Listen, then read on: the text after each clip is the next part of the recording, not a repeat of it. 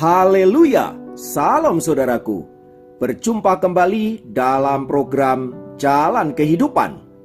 Masih dalam segmen Sapa Jemaat di Rumah, kita akan bersaat teduh bersama-sama agar sepanjang hari yang akan kita lalui hari ini sungguh menjadi hari yang menyenangkan dan diberkati oleh Tuhan. Mari kita berdoa. Bapa, kami rindu lawatan-Mu melawat kami. Dan biarlah firman yang sebentar kami renungkan boleh menjadi rema yang akan menuntun sepanjang hari ini untuk kami mentaati kehendak-Mu. Berfirmanlah, kami siap diberkati.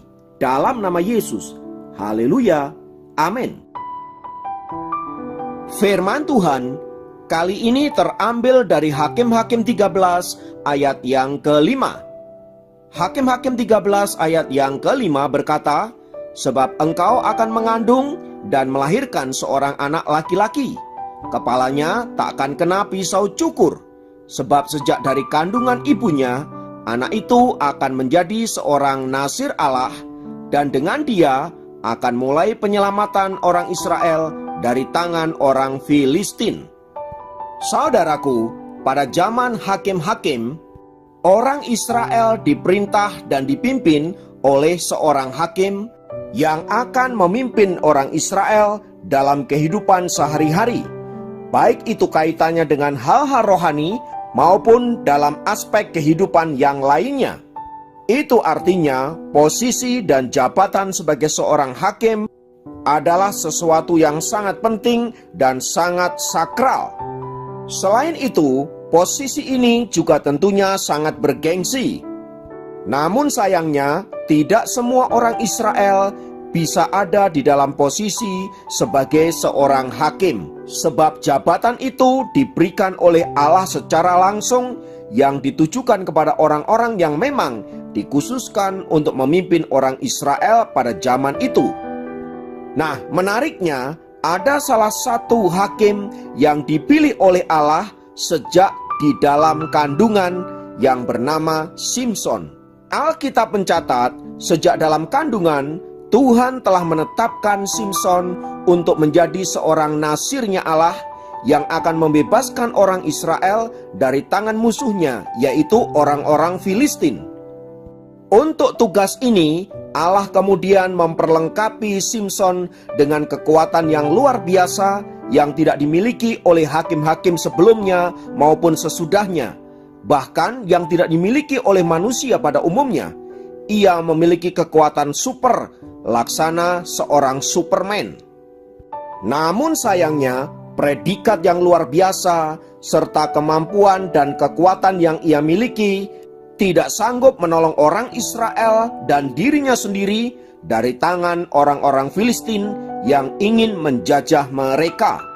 Semua itu terjadi bukan karena Tuhan tidak menyertai mereka, tetapi Simson yang telah ditetapkan oleh Allah untuk menjadi seorang Nazir Allah, untuk menjadi seorang hakim di hadapan Allah yang akan memimpin orang Israel untuk mengalami kemenangan demi kemenangan dari Allah, justru hidup tidak taat di hadapan Allah, justru hidup di dalam kenajisan dan dosa-dosa.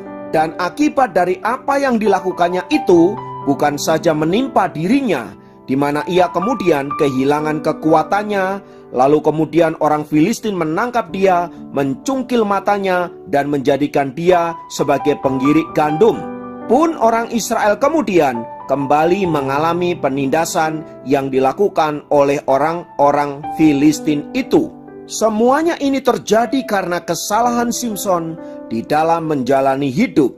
Ia terlalu sembrono dengan hidupnya dan mengabaikan ketetapan-ketetapan Allah dan merasa sombong dengan kekuatan yang ia miliki sehingga ia menjadi terlena lalu kemudian kehilangan segala-galanya. Akhir hidup Simson sungguh sangat mengenaskan dan sangat memprihatinkan. Orang yang tadinya begitu hebat, begitu luar biasa, menjadi tidak berdaya dan mati dengan cara yang tragis. Ya, semua itu adalah konsekuensi dari kehidupan Simson itu sendiri yang menganggap enteng pilihan Allah dan hidup sembrono dengan melakukan berbagai-bagai hal yang najis dan tidak memuliakan Allah. Dari kisah Simson ini saudaraku, ada beberapa poin yang perlu kita jadikan pelajaran. Yang pertama, jangan sembrono dengan hidup ini. Sekalipun Simson memiliki kekuatan yang hebat, potensi yang luar biasa, tetapi karena ia tidak mengelola dengan baik hidupnya, dan justru sebaliknya, hidup dalam kesembronoan dapat berakibat fatal bagi hidupnya.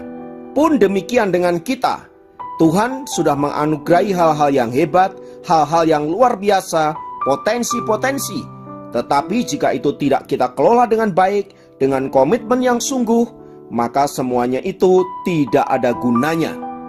Karena itu, jangan sembrono dengan hidupmu, melainkan hiduplah di dalam on the track-nya Tuhan.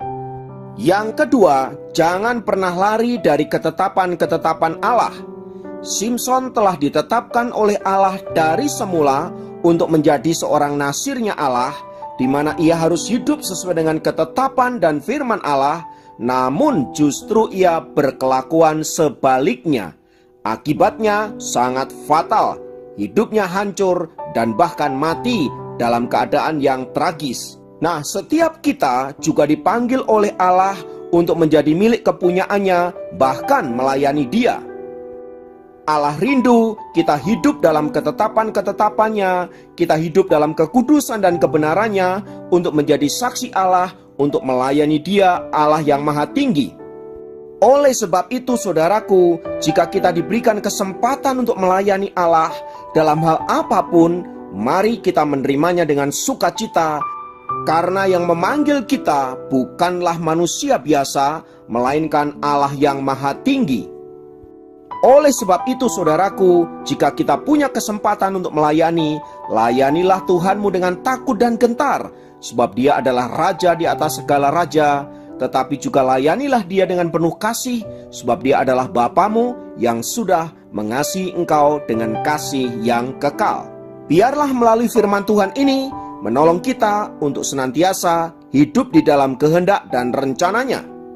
Mari tetap maju di dalam Tuhan, jangan putus asa, jangan menyerah, dan tetaplah semangat untuk mengasihi dan melayani Tuhan dimanapun kita berada. Tuhan memberkati, mari kita berdoa. Bapa, kami naikkan syukur untuk anugerah-Mu yang luar biasa. Kami dipanggil bukan saja untuk menikmati keselamatan dan berkat-berkat yang melimpah, tetapi kami juga dipanggil untuk mengasihi dan melayani Engkau.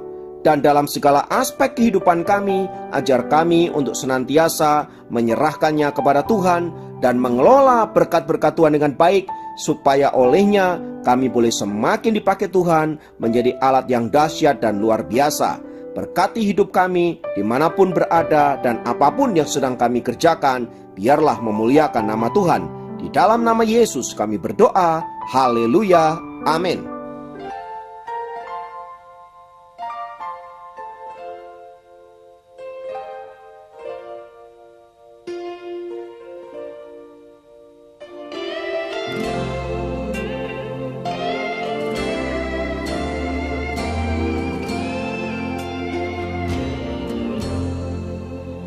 Bila ku jalan di lembahnya